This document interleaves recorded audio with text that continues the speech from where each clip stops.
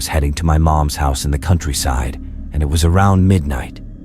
I usually travel at night because I like the silence and the calm.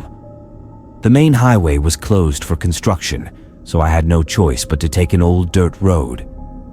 My mom had been feeling lonely lately, and I wanted to surprise her with a late-night visit. I hadn't seen her in a while, and I knew she'd be happy to have some company, even at this hour. As I turned onto the dirt road, I quickly noticed how rough and bumpy it was. The road was full of potholes and loose gravel patches. There were no streetlights, and the only light came from my car's headlights slicing through the darkness. The trees on both sides seemed to close in, their branches forming a thick canopy overhead.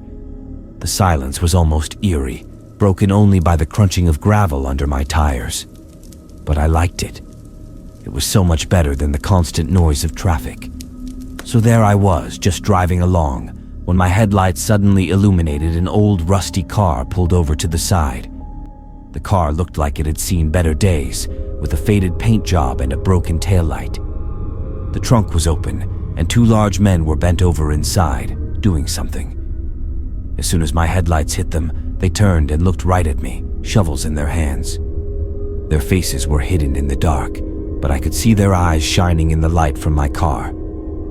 A chill ran down my spine. Something about the scene felt wrong. The men stared at me as I got closer, their faces hard to read but intense. It was as if they hadn't expected to see anyone driving down that road at this hour. The look of shock and then something more sinister crossed their faces. It seemed like they were up to something they didn't want anyone to see. I instinctively pressed down on the accelerator, wanting to pass them as quickly as possible. Just as I thought I was clear, another man suddenly appeared in front of my car, seemingly out of nowhere. He swung something heavy in the air, and a loud crack echoed through the night as my windshield shattered. Glass sprayed across the dashboard, and I turned the steering wheel so hard, trying to keep control of the car. I realized then that they were trying to circle my car, trapping me in between. The man in front of me stepped back, ready to swing again, while the other two moved towards the sides of my car, their shovels raised threateningly. Panic surged through me. I pressed the gas pedal hard, swerving around the man in front of me. My tires screeched on the loose gravel, but I managed to get away. I sped down the road, glancing in my rearview mirror to see the men getting smaller in the distance, lit by the glow of my taillights. My hands were shaking, and my heart was pounding. I didn't slow down until I saw country houses with their porch lights glowing softly in the dark. Then, I saw the lights of another car up ahead. Relief washed over me, knowing I wasn't alone on the road anymore. I sped up, eager to catch up to them and put distance between me and whatever was out there in the darkness. I finally saw the lights of my mom's house in the distance. I pulled into the driveway and rushed inside, locking the door behind me. Only then did I allow myself to breathe, realizing how close I had come to something truly terrifying. My mom was surprised, but really happy to see me. I decided not to tell her about what I had seen on the road. There was no need to worry her, especially so late at night. Instead, I focused on her stories and enjoyed being home. But for the rest of the night, I couldn't stop thinking about those men and what they were doing. Were they digging something up or trying to bury something? Or worse, were they trying to bury someone? They were clearly shocked when my headlights hit them. As I lay in bed, I couldn't stop replaying the scene in my mind. The old car, the open trunk, the men with shovels, their eyes shining in the dark. I knew I would never forget that night, and the creepy feeling that something bad was happening on that lonely dirt road.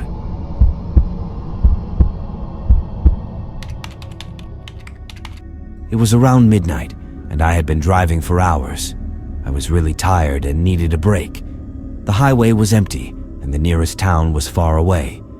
When I saw a sign for a rest stop a mile ahead, I felt relieved. Perfect, I thought. I could stretch my legs, maybe take a quick nap in the car, and then keep driving. I pulled into the rest stop, which had only a few flickering lights.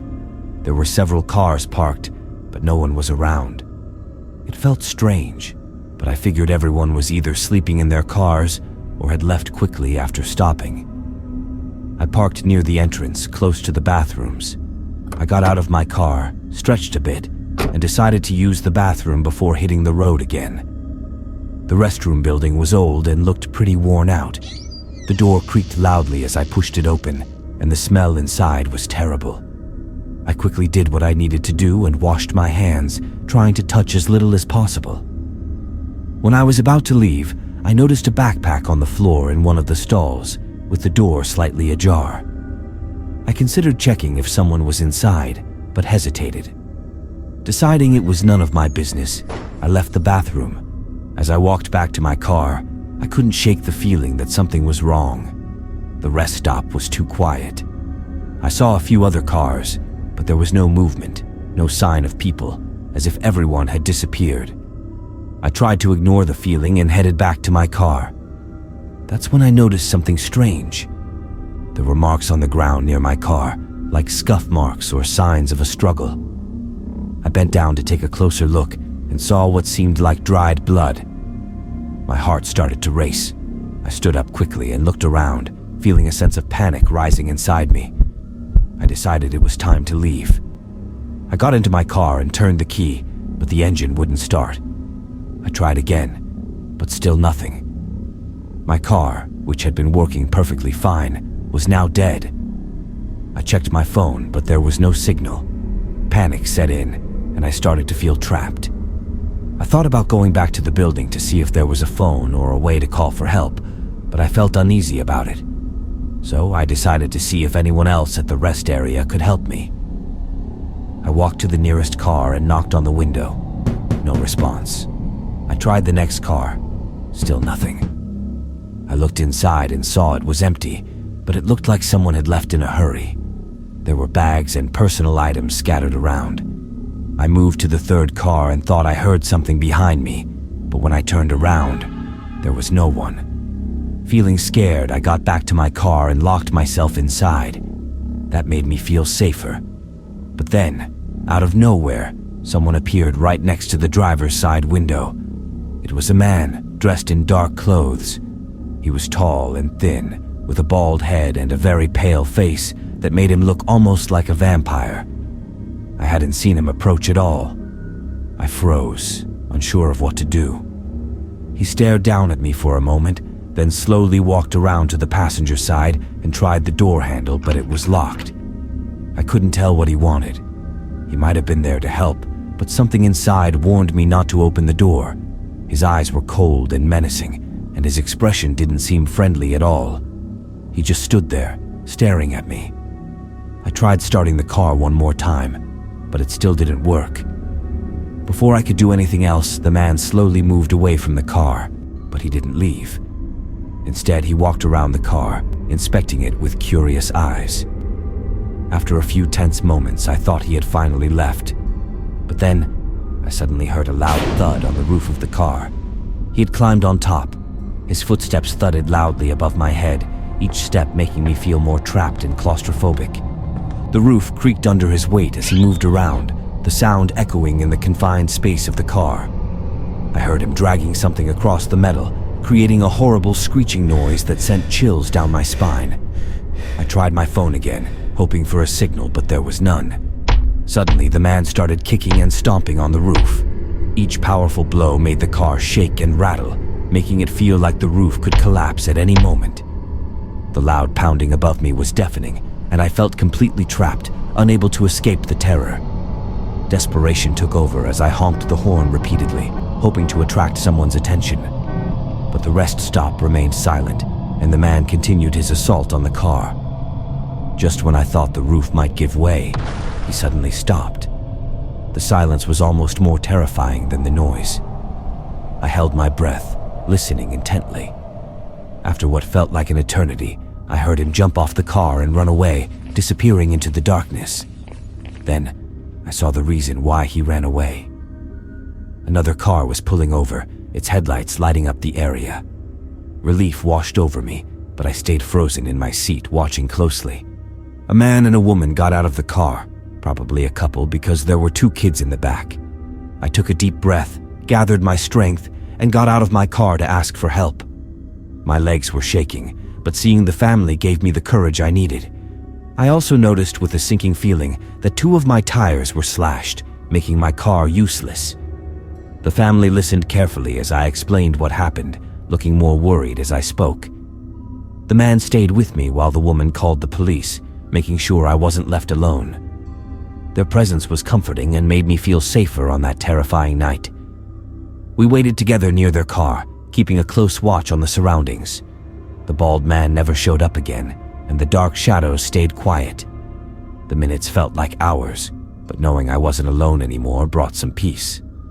The officers took my statement and checked the area. I described the bald man and the damage he did to my car, including the slashed tires. I also told them about the backpack I had found in the bathroom, but when they checked the bathroom building, they didn't find any backpack. I was sure there had been a backpack in the bathroom. I didn't know if the police believed me or not, but it could only mean one thing. The backpack belonged to the bald man, and he took it with him when he ran away. They also found an old camera at the rest stop, but it wasn't working, leaving no leads except my words, which the police obviously didn't take so seriously. Even though I was still scared, I was thankful for the strangers who stopped to help. Their kindness made me believe that there were still good people around. The bald man had disappeared, but I couldn't forget how terrifying he was. It reminded me of the danger I had faced. I kept thinking about the backpack and what might have been inside. Part of me wished I had opened it to see what was inside and why he had left it in the bathroom. I also worried that he might have done the same thing to other people before. Not knowing these things made the night even more frightening.